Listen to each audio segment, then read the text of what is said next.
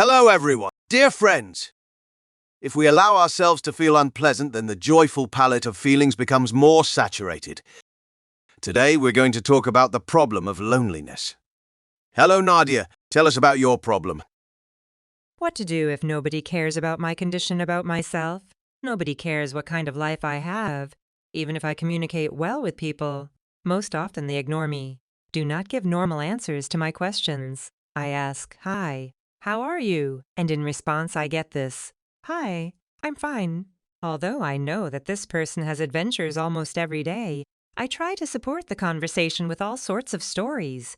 But in response I get understandable, cool instead of the person in response to tell about the little things in his life. I'm so offended. When I'm sad, no one notices it. And if they do, they ask once the question, "What's wrong?" And when I answer that it's nothing, they just get behind me and continue to talk about their own things. No, I understand that the person doesn't care about me and my problems. But when someone else is sad, everyone sees it and starts asking 10 times, "What's wrong? Did someone hurt you?" They really ask 10 times and start consoling that person. At the same time, that person is the quietest in my group of friends. He doesn't stand out. I think he wouldn't even be noticed if it wasn't for his good looks, that's all. I myself am not a freak, but not the standard of beauty. I'm not fat, but not a skeleton. I learn normally, cook well, clean up well, do not adjust to the person's shoujo for anime, doramas, manga, and manhwa, which is now very popular. I'm normal. I understand the jokes, but people do not reach out to me. I want to be loved and have good friends. I really need a psychologist? I'm sorry you are facing these experiences. It sounds like you feel lonely, but I don't think it's that. No one cares about you. I think your difficulty is that your communication settings are somewhat off. From your letter, I can understand your pain that you feel that you are not interesting to others. But it's not clear if the people around you are interested in you. Do you really want to know how they are doing, sympathize if something is wrong, or do you just want to get them to pay attention to you? Try to answer this question honestly. If you only want attention from others, people feel it, and for them such relationships are unequal. Try to be genuinely interested in what people have going on, to react emotionally. And see, in the first case, a person is quite close to answer your question about how things are going.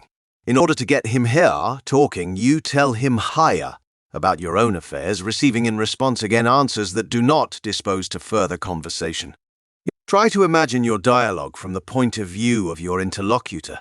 It may also seem to him that you do not care about him. You do not ask clarifying and dispose to the conversation questions, and instead you start telling your stories. It may not even occur to the person that you are trying to get him or her to talk. He may think that you ask for the sake of ticking the box to tell about yourself. And if this happens time after time, the person may consciously stop telling something specific at once. Another option. Your interlocutor may be initially not located to the conversation, which shows by his evasive answer. And then your stories in response may cause him more tension. In any case, to understand this, you can ask a clarifying question about what your interlocutor has going on. Well, if he keeps evading the answer, it is better to leave him alone. But it may be that he will really tell you. As for the second case, in this case you clearly say that you have nothing wrong, and you expect others to understand you exactly the opposite. People don't read our minds, and they probably don't want to be intrusive. After all, if, despite your evasive answer, they still ask you what's wrong, they'll think they're prying into your soul. What if the next time you tell them that something is wrong, and tell them exactly what it is, without expecting people to figure it out for themselves? You write that you really need a psychologist. I think communication with a psychologist would be a good support for you. If you are used to communicating in a way that is not very accommodating, it may be difficult to change this pattern yourself. It's not your fault that you have such difficulties. You are reproducing the communication style of the family you were brought up in, but you can change it. The psychologist's job is to make sure that you learn how to build healthy relationships, and that comes from building a relationship with the psychologist, among other things. That can really help you a lot. Good luck to you and good friends. And that's it. Thanks for watching. Don't forget to subscribe and like, and good luck to everyone.